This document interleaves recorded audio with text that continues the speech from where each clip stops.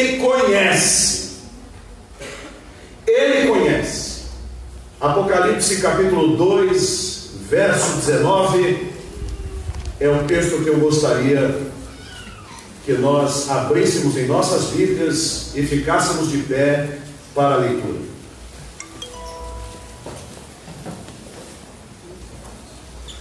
Apocalipse capítulo 2, verso 19.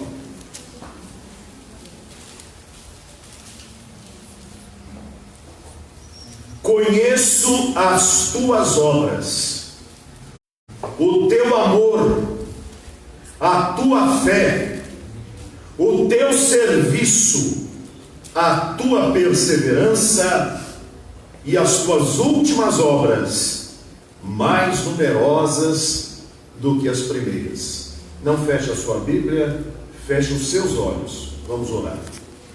Senhor, depois de um banquete, através dos louvores a Ti dirigidos nesta noite e das múltiplas participações, permite-nos agora, ao refletir em Tua palavra, que ouçamos a Tua voz a calar profundamente em nosso coração, que sejamos edificados e transformados, pois a Tua palavra é viva e eficaz, e nós confiamos no Teu poder, pois oramos em nome do Senhor Jesus.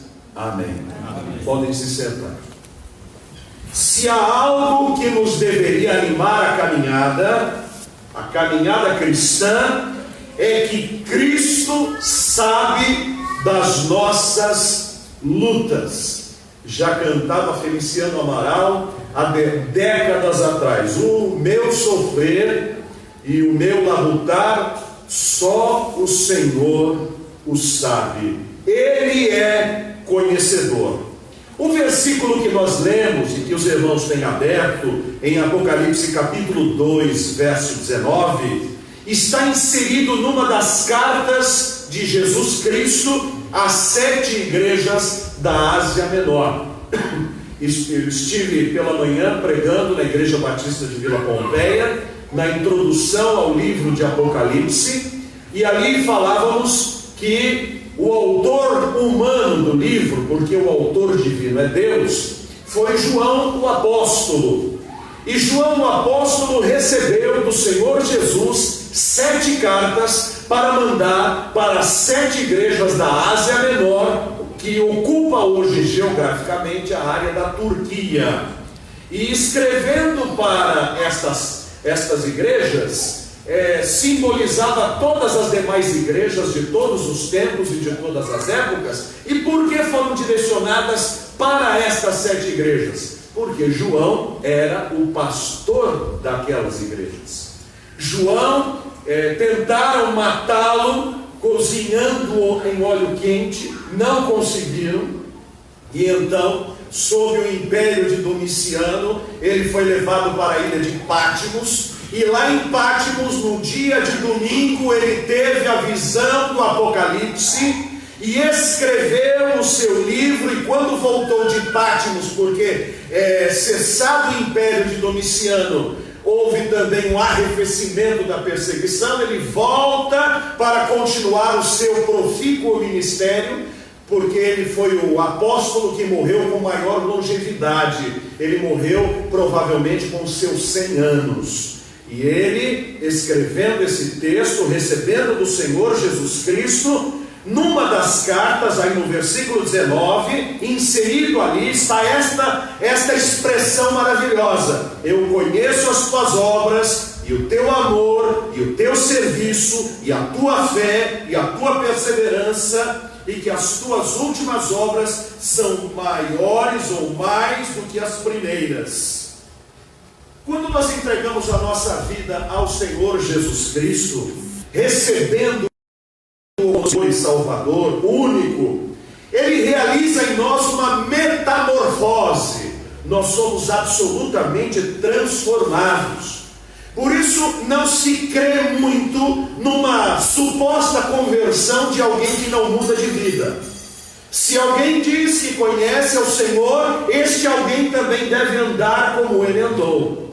Quem diz conhecer o Senhor e continua na prática do pecado, diz o mesmo apóstolo João, não o viu e nem o conheceu.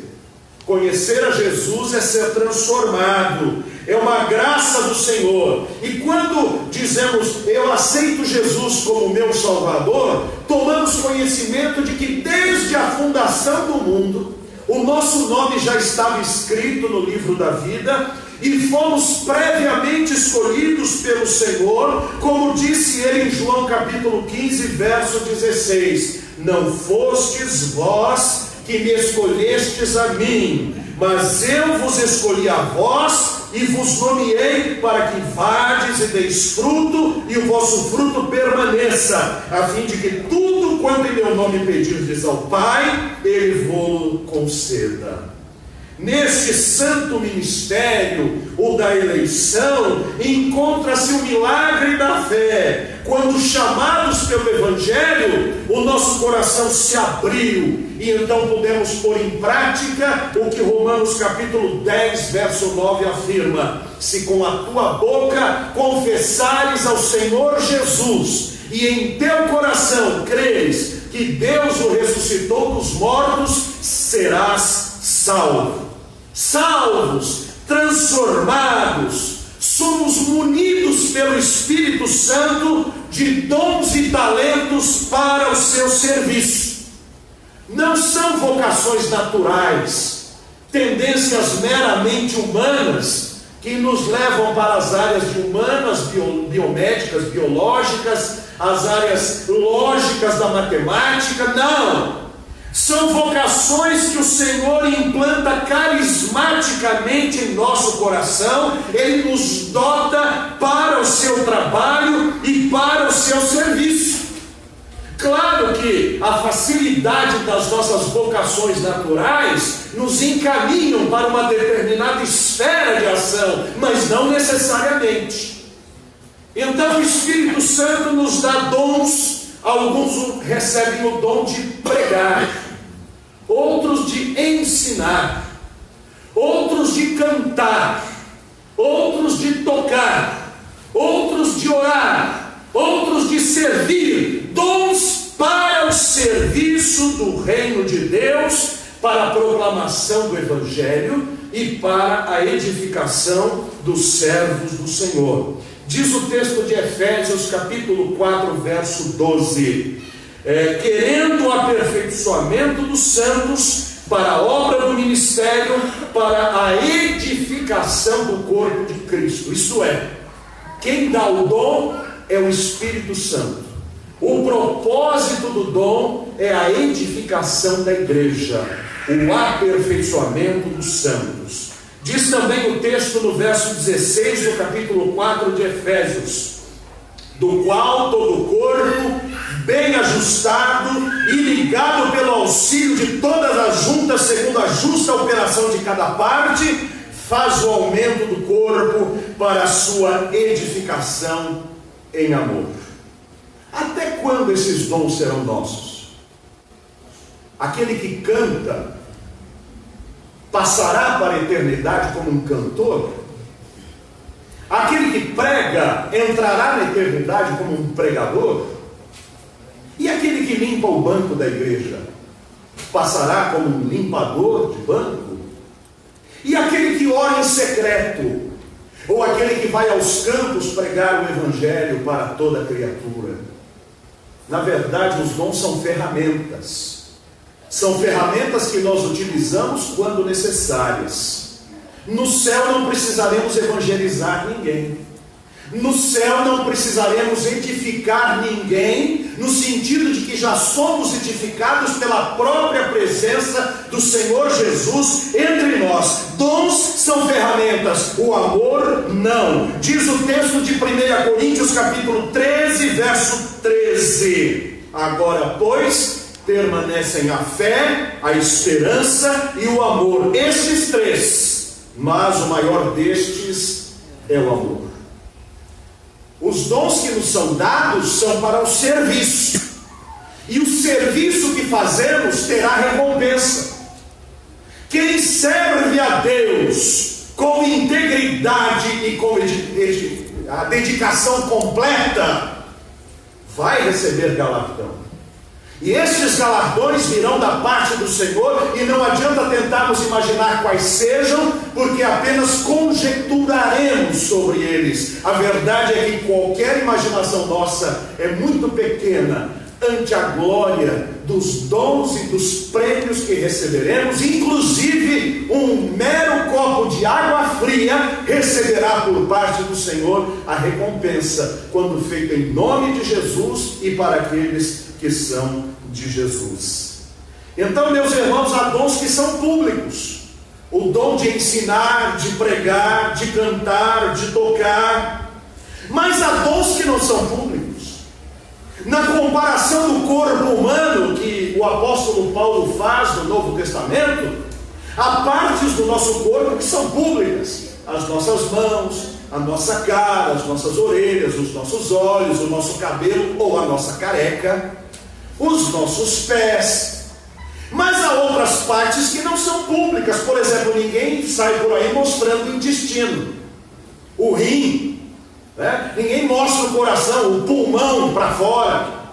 Mas isso não significa que eles sejam menos importantes, muito pelo contrário, são tão importantes que deles cuidamos o tempo todo, só que não são públicos e não são exibidos. Estes membros são cuidados, diz o texto de 1 Coríntios capítulo 12, verso 22. Antes, os membros do corpo que parecem ser os mais fracos são necessários.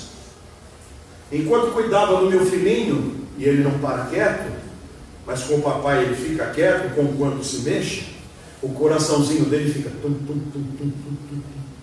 Esse tum, tum, tum, tum, tum, eu escutei a primeira vez naquele exame que se faz na gravidez, e que aparece aquele lá.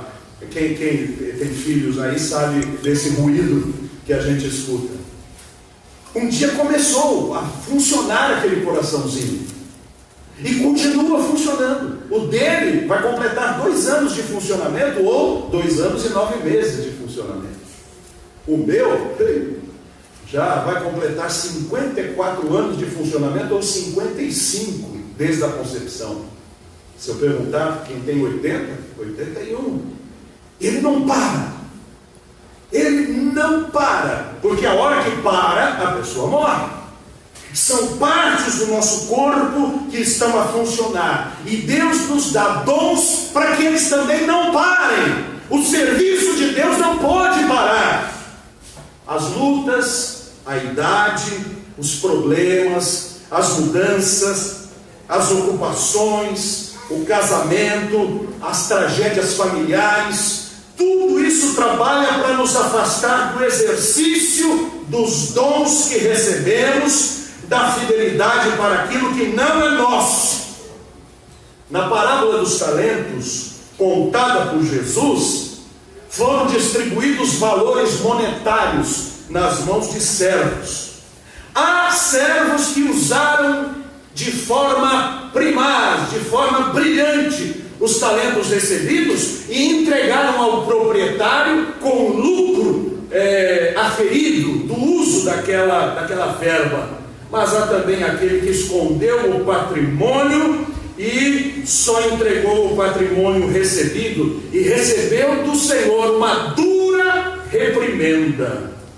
Os salvos usam os seus dons para adorarem a Deus e proclamarem a salvação. Eu quero tecer alguns comentários rápidos sobre o texto que nós temos, baseados nesta premissa: Jesus conhece. Ele disse: eu conheço. O que é que ele conhece? Primeiro, eu conheço as tuas obras. Jesus conhece tudo aquilo que fazemos com os dons que recebemos. Tudo. Tanto aquilo que fazemos de forma pública, quanto aquilo que fazemos de forma privada.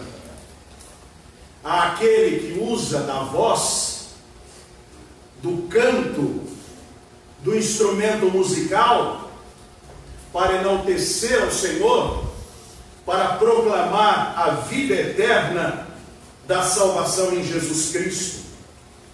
Mas há aquele que pega o dom que recebeu e vai usar para louvar a si próprio, ou para ganhar dinheiro, ou se tornar empresário, ou viver a servir Satanás e a carne, o diabo.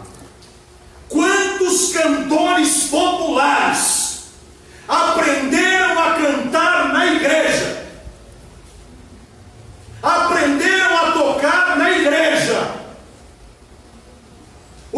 as primeiras músicas e as primeiras notas aprenderam no culto, na sala infantil. Depois, Satanás, o adversário, instiga o orgulho pelo dom que não é dele, foi concedido. É como se eu estivesse a andar com uma Ferrari pela rua, mas não é minha, ela não me pertence. E então eles pegam este dom, este talento que receberam do Senhor e vão usar no mundo. Temos aí exemplos grotescos. Elvis Presley tomou o dom que recebera do Senhor para louvá-lo na igreja e foi viver dissolutamente no mundo e teve o fim trágico que nós bem conhecemos. Ângela Maria, cantora brasileira, era membro de igreja evangélica e lá ela aprendeu o uso da voz e depois foi cantar no mundo, destruindo os valores e os objetivos pelos quais ela recebera a vocação da música. O Senhor conhece as nossas obras e o que fazemos com os dons recebidos.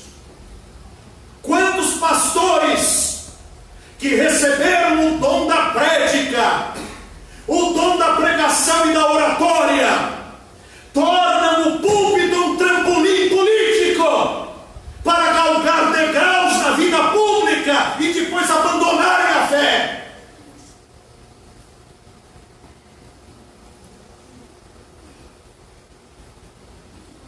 Luiz de Carvalho, conhecido de todos nós, foi meu padrinho de casamento.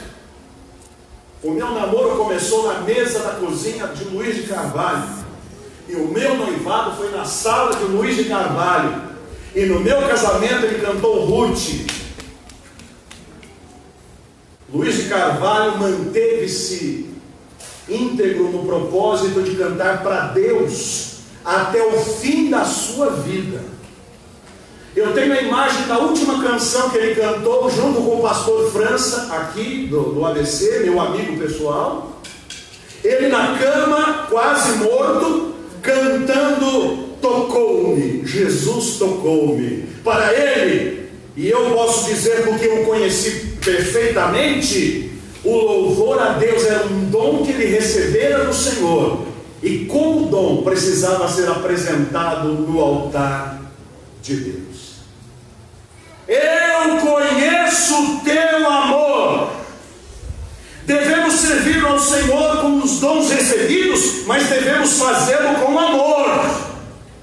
Transformar-nos em astros ou em detentores do poder, do saber ou do talento artístico não edifica. Dar a Deus aquilo que é de Deus sem o devido amor também não constrói. Diz o texto bíblico: Deus ama a quem dá. Como?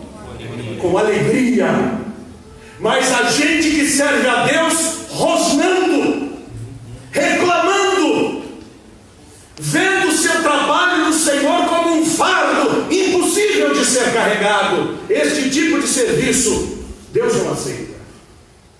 Os dons foram dados para que nós os servíssemos com amor. Que tragédia vemos as pessoas com preguiça no reino de Deus.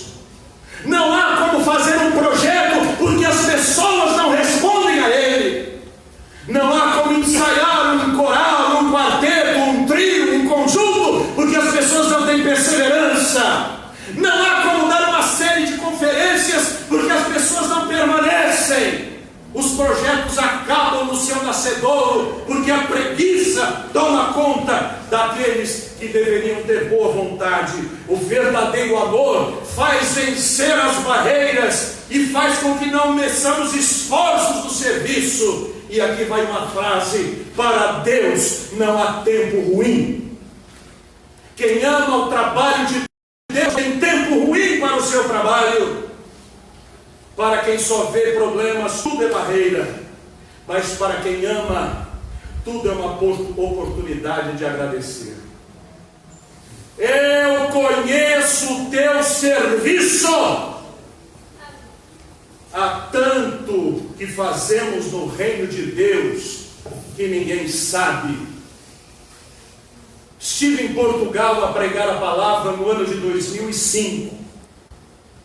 A razão de eu ter estado lá não conhecendo ninguém é porque em 2001 escrevi um texto sobre uma mulher. E este texto chegou até Portugal e através dele eu tive conhecimento da igreja de Coimbra, do meu colega pastor Marcos Amazonas, e de lá para cá tive grandes oportunidades de estar com os irmãos de Portugal.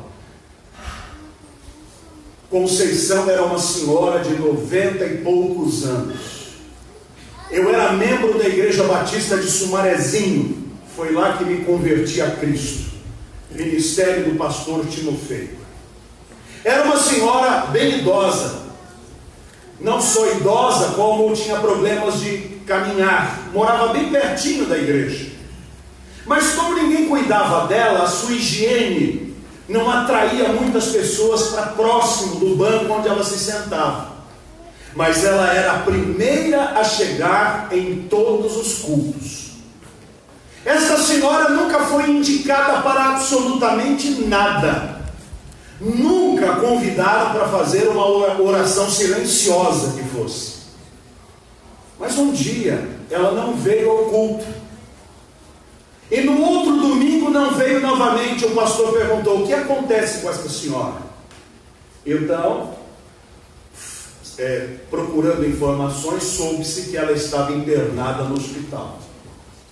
O pastor, ao pé da sua cama, disse: irmã, eu vim aqui orar para que a senhora seja curada por Deus. Ela disse: não, pastor, Jesus já falou ao meu coração que eu estou indo embora. Obrigado, pastor, mas ore apenas agradecido. E ela partiu. Dias depois, a filha, que já era idosa, procurou o pastor dizendo: olha, pastor, tem muita tranqueira da minha velha mãe e que eu vou pôr na rua, no lixo. E eu queria saber se alguma coisa interessa a vocês. Achei um baú que ela veio de Portugal para o Brasil com esse baú, e tem umas coisas lá, o senhor pode vir ver? E o pastor foi. Chegando lá, encontrou um baú, aqueles baús antigos que vinham dos navios, repleto de cadernetas daquelas antigas de se fazer fiado na venda. Lembram aquelas cadernetinhas? Só que não estava cheia de dívidas, estava cheia de pedidos de oração. Os papéis estavam amarelados e havia manchas que eram de lágrimas que essa senhora derramava sobre as folhas de papel. E eu encontrei o meu nome lá. Eu era um adolescente. Estava escrito lá: o Wagner vai fazer prova, oro por ele. A Maria fez aniversário, oro por ela. O pastor vai tirar férias, oro por eles. E dezenas de cadernetas com pedidos e mais pedidos, e ninguém sabia do trabalho que esta irmã exercia no silêncio do seu aposento, orando e orando e orando e orando. Há serviços que fazemos para Deus que só o Senhor conhece, e Ele diz: eu conheço o teu serviço. Mesmo que as pessoas lhe desprezem, mesmo que os pastores lhe desconheçam, mesmo que a família não faça caso, eu conheço o seu labor, o seu trabalho. Ele sabe com que esmero nós nos preparamos para fazer a obra dele. E Ele conhece inclusive um culto em particular que nós prestamos para o Senhor. Mesmo que ninguém veja, Ele vê. Hebreus 6,10 diz assim: porque Deus não é injusto para se esquecer da vossa obra e do trabalho, do amor que para com o seu nome mostrastes enquanto servistes aos santos e ainda servis. Eu conheço a tua fé.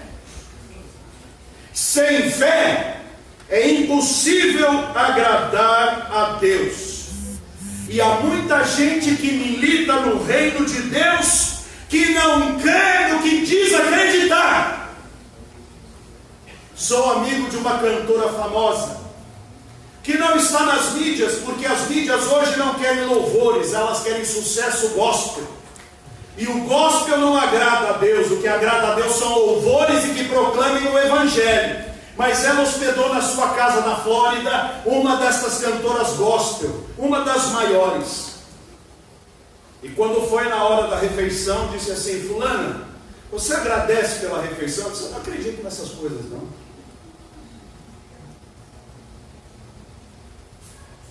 Alguém cujos louvores são cantados nas igrejas.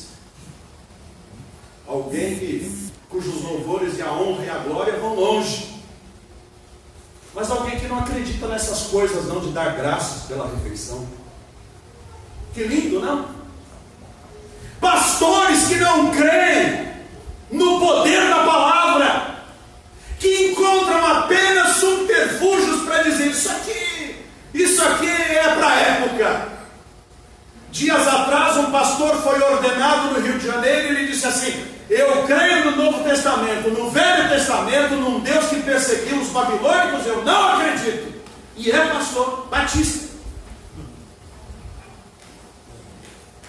Eu conheço a tua fé, ou então a tua falta de fé. Deus quer de quem serve uma fé singela, uma fé simples, uma fé verdadeira, uma fé infantil, no sentido de pura e singela. Devemos crer na palavra com a simplicidade de uma criança. E cabe-nos dizer uma coisa aqui: o cantor jamais transmitirá mais fé do que a fé que ele tem no cantar. Um pregador jamais transmitirá mais fé do que a fé que ele tem no proclamar a palavra. E você não conseguirá ganhar uma única alma para Jesus se a sua fé não for tão sincera e verdadeira que crê de fato na salvação de Jesus. A moça estava tirando fotos para uma capa de revista em cima, no seu sobrado. E um monte de gente a olhar e dizer: linda, musa, deusa. E um rapaz que estava do outro lado, cuja visão era da moça, do sobrado, via também que lá em cima o barranco estava caindo. E enquanto as pessoas diziam linda, outros diziam musa, outros diziam deusa, ele dizia: sai daí que o barranco está caindo. E as pessoas disseram: cale a boca. Os seguranças dela o afastaram. O barranco veio e tomou toda aquela multidão. Porque o verdadeiro homem e a verdadeira mulher que tem trabalho do Senhor, ele não vai dizer assim: filha, eu acho que daria para você sair daí. Não! Quem de fato tem uma mensagem de salvação tem que dizer assim: arrependa-se do seu pecado e entregue-se a Jesus. É com este ímpeto de quem crê que nós podemos transmitir a palavra. É desta maneira que se canta, é desta maneira que se serve, é desta maneira que se ora, com fé, crendo. Eu conheço a tua perseverança. Até quando eu vou servir a Deus com os dons, com os talentos que Ele me deu? Até eu decidir me aposentar? Eu estabeleço que vou pregar até daqui 5 anos? Eu estabeleço que vou cantar até daqui 5 anos? Eu estabeleço que vou tocar até daqui 5 anos? Que vou limpar os bancos? Que vou orar até daqui 5 anos? Não! O verdadeiro servidor não pendura chuteiras, senão no dia que o Senhor diz: entra no gozo do teu Senhor. Não há aposentadoria para crente, não há aposentadoria para servos, porque o nosso trabalho vai até o fim da nossa biografia. Mas pode acontecer de envelhecermos e não termos a mobilidade que tínhamos, de não termos a voz que tínhamos, como aquela senhora de 90 e poucos anos, que tanto servia a Deus, mas que agora estava acamada, não podia mais sair da cama. Ela disse: Deus, o que vou fazer? Então alguém telefonou para ela dizendo: eu não poderia orar por mim? Claro, filha, ore. E ela lembrou de uma outra pessoa, ligou para ela e disse assim: eu acho que eu vou orar por você. E orou por ela. E daqui a pouco o telefone começou a tocar orações e orações e orações, e esta mulher fundou um grande movimento de oração por telefone. Depois que a sua vida, humanamente falando, já estava no entardecer, mas não estava, porque para Deus, às vezes, o fim é apenas o começo para um novo começo. Sou filho na fé do pastor Timofei Jacob. Foi ele que me evangelizou. Ele foi pastor, professor de teologia, cantor, evangelista, administrador, vendedor. Pastoreou até o finzinho da sua saúde. Quando não pôde mais, tornou-se um aposentado. Nas cidades de Cafelândia, Guarantã e Lins, ele saía a pé de bengalinha com a sua Bíblia e batia na porta da casa da pessoa. Pois não, moça, eu sou o pastor Timofei, eu vim orar pela sua família, posso? Algumas pessoas abriam a porta e ele deixava a palavra de Deus ali, outras não, mas ele orava mesmo assim. Quando ele escrevia a máquina de escrever, datilografava, ele mandava os seus artigos para o jornal. Quando a vista não ajudou mais, ele ditava para a sua esposa escrever os mesmos artigos.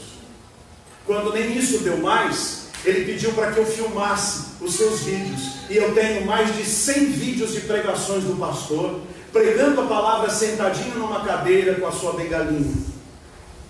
Ele serviu a Deus até o fim. Eu sou fruto do seu trabalho. Eu desejo ser como meu pastor foi. E desejo que cada um de nós aqui sirvamos ao Senhor com esta perseverança até que o Senhor nos chame. Meus irmãos, Cristo sabe das nossas lutas. Cristo sabe o quanto amamos e o quanto servimos. Nós precisamos usar os dons e talentos que Ele nos concedeu para o seu trabalho. Devemos fazê-lo com dedicação e com resignação, não buscando a glória própria. O dom não é nosso, não é para o nosso nome estar acima do nome de Jesus, não é para promovermos o nosso ministério pessoal, é para promover o nome de Jesus. A glória é dele. Se alguma coisa de bom nós temos, tenhamos certeza, tudo recebemos de sua mão para o seu santo trabalho. Devemos trabalhar com amor, com fé, com perseverança e fazer cada vez mais para Ele, pois Ele fez e faz tudo por nossa vida. Prossigamos e perseveremos em servir ao Senhor com amor e com dedicação. Que Deus nos abençoe. Amém.